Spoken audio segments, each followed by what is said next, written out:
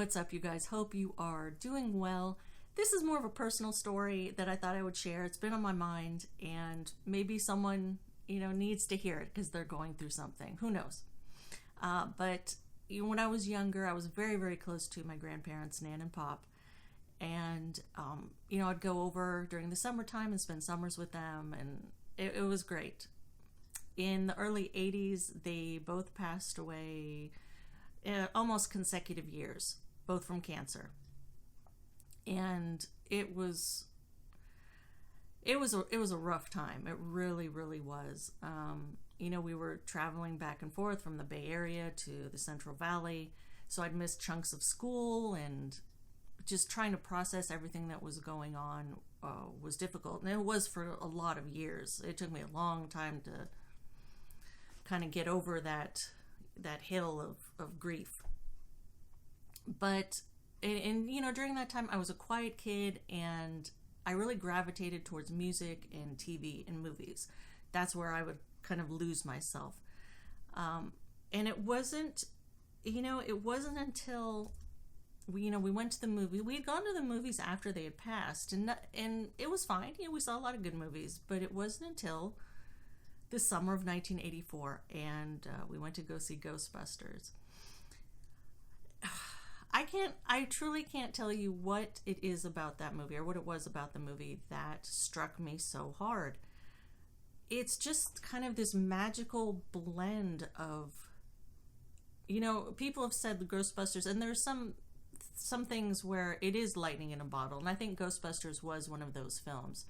It was just kind of this perfect blend of humor and kind of spookiness, and just it was something that everyone reacted positively to. And it's such a wonderful film, even if you weren't going through anything horrific at the time. It's just a great film. As an adult now, I can look back on it and see just how well it was put together. Just the comedic timing, the wonderful script. It's just like it really is kind of a perfect blend of everything. It's the editing is great, the soundtrack, the score, everything great. And for me at the time, it just struck me. It struck me and allowed me to get away for a couple hours from everything that was going on, and truly helped me through that grieving process. It just kind of helped me slowly trudge along, in dealing with stuff. And, also one of the biggest things about the original film is it has heart. Like that, the 1984 film has a lot of heart. Now I think, boy, I don't even know how many times I saw it in the theater. It had to be at least 10. I know my folks probably got tired of taking me, so like they would send me to my other grandmother and, have her take me to go see it. So I was just like, they were like, well, do you want to go to the movies? I'm like, yeah, Ghostbusters. And what was great, it was such an amazing audience to be a part of, because after a little while, everyone had seen it, and so you knew the timing of all the big gags. So the audience, and it was always a full audience, the audience would like be rolling with laughter, and then they would like pause at like the funny part. So it would be like laugh, everyone paused, and then like laugh again. I've never seen anything like it since. An amazing thing to see, and you don't really get that in theaters anymore, which is a shame, because that was such a fun experience. So it's meant a lot to me over the years. And in 80, came out in 84, it had to be 85 or 86. One day my dad comes home from work, and he has a VHS tape, and on the side of it, it isn't like an official tape or anything, but on the side it says Ghostbusters. And I'm like, oh, I still have no idea who he knew that had Ghostbusters and how they were able to dub it. I don't know, because it's the mid 80s. But I had a copy of Ghostbusters, and forget it, game over at that point, because I would watch that thing over and over and over. I don't know how many times I've seen it, but it sounds cliche and it sounds corny, but it really does warm my heart. Like, I feel very grounded when I watch Ghostbusters. It just makes me very happy. And then even I have very fond memories of Ghostbusters 2 as well. We graduated the day before Ghostbusters 2 was released in 89.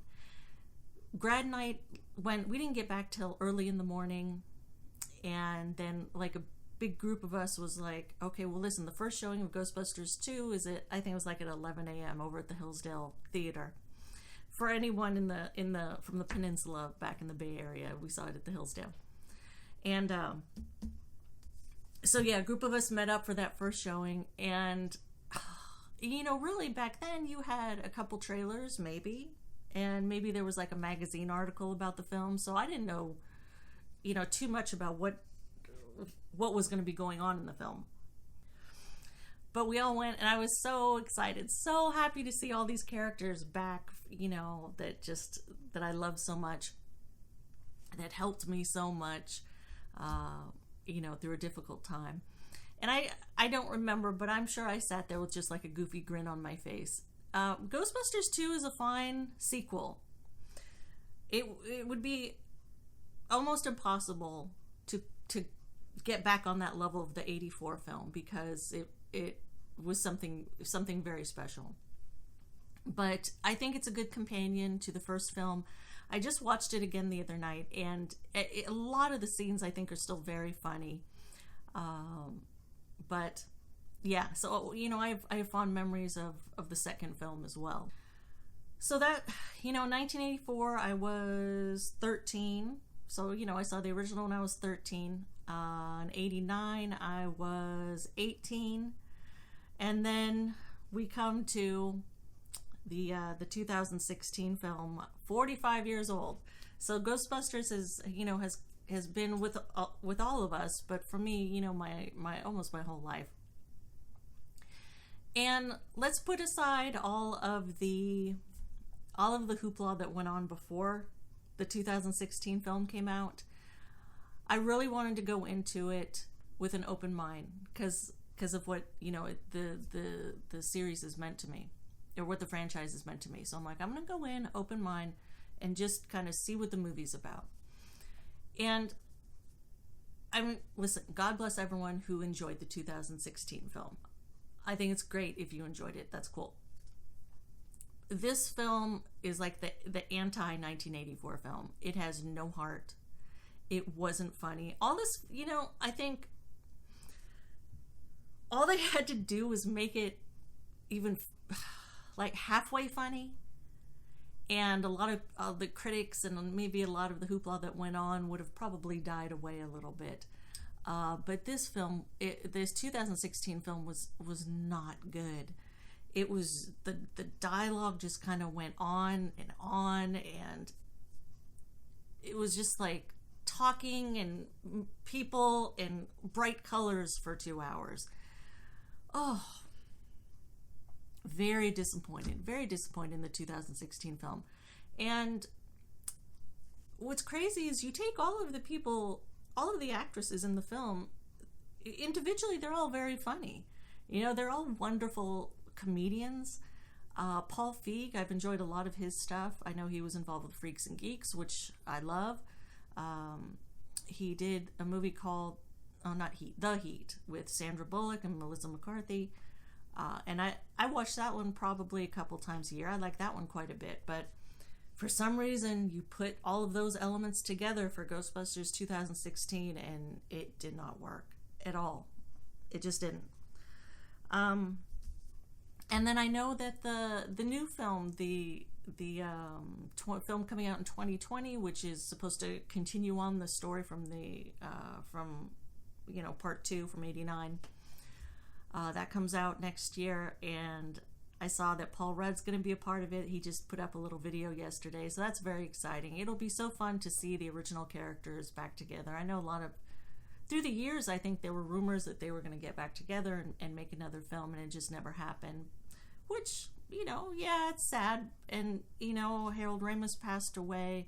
he'll be missed, of course, because I think he brought so much to the franchise.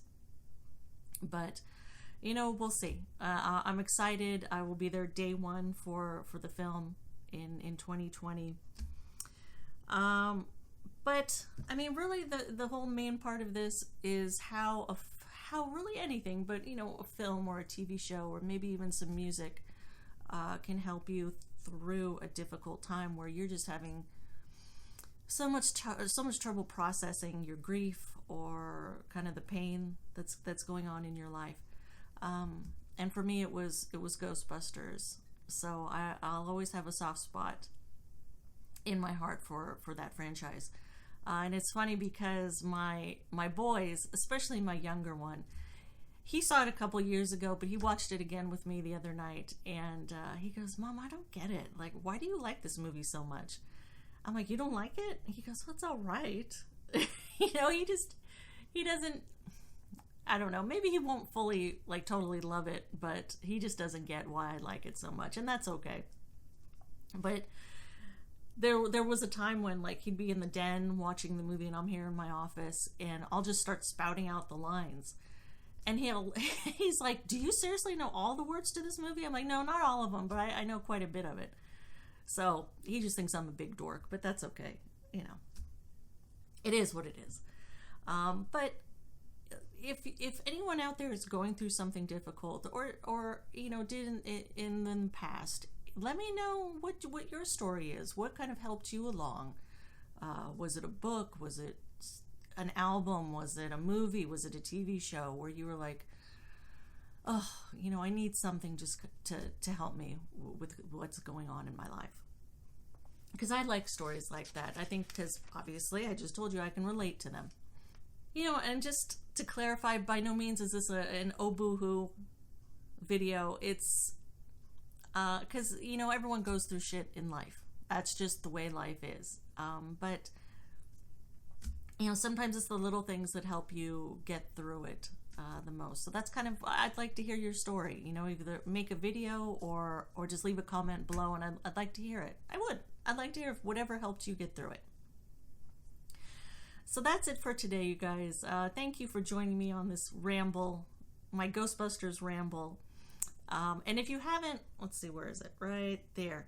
I just picked up this steel book. I didn't know that it was kind of difficult to find. At least I had a harder time finding it. Best Buy online had it, but everywhere else was either sold out or out of stock.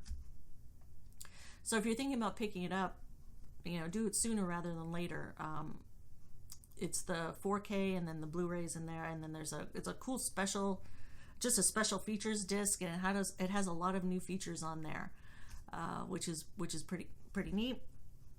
There's a new audio commentary for Ghostbusters 2, which is pretty good. The commentary for Ghostbusters 1 is much better, but the one for 2 is good. It has Ivan Reitman and Dan Aykroyd, and I forget the gentleman's name. Is he a producer?